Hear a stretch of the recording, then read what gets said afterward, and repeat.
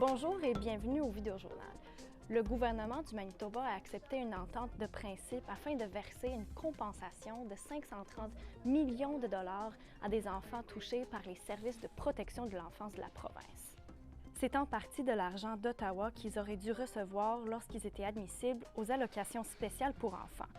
En 2022, un juge de la Cour du banc du roi a reconnu que le gouvernement du Manitoba avait détourné les fonds de cette allocation à partir de 2005 jusqu'à ce que le gouvernement progressiste conservateur mette fin à la pratique en 2019.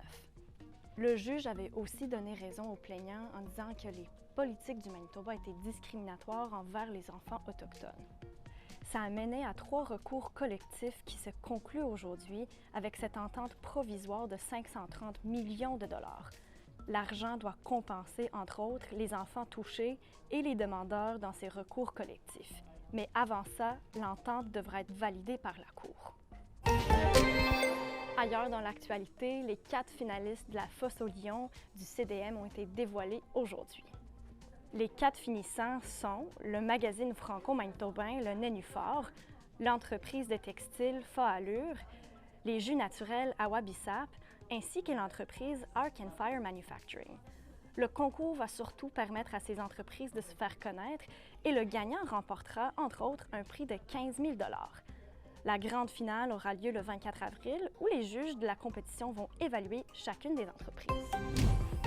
Et pour terminer ce vidéojournal, cette semaine, on s'intéresse à la ville de Houston et à sa stratégie pour combattre l'itinérance. Mon collègue à la salle de nouvelles, Gavin Boutrois, s'est intéressé à cette question. Il est allé aux États-Unis pour faire un reportage à ce sujet. Gavin, pourquoi la ville de Houston?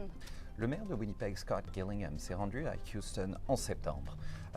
Il veut comprendre comment marche leur approche pour lutter contre l'itinérance, qui est devenue un modèle partout au monde, en Amérique du Nord.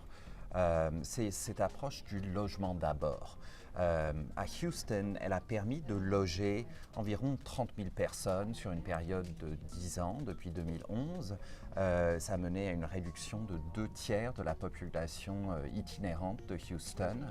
Alors j'étais sur le terrain, j'ai pu constater un peu comment marchait à la fois la structure de ce programme et les interactions entre les travailleurs sociaux et les diverses agences qui vont voir les itinérants. C'est énormément d'informations et le meilleur endroit pour trouver ces informations, c'est dans le texte web que j'ai rédigé, alors sur le site web d'ici Manitoba ou l'application Info de Radio-Canada. Vous pouvez retrouver toutes ces informations, y compris des photos que j'ai faites de tous les intervenants que j'ai rencontrés. C'est très intéressant, Gavin. Merci beaucoup.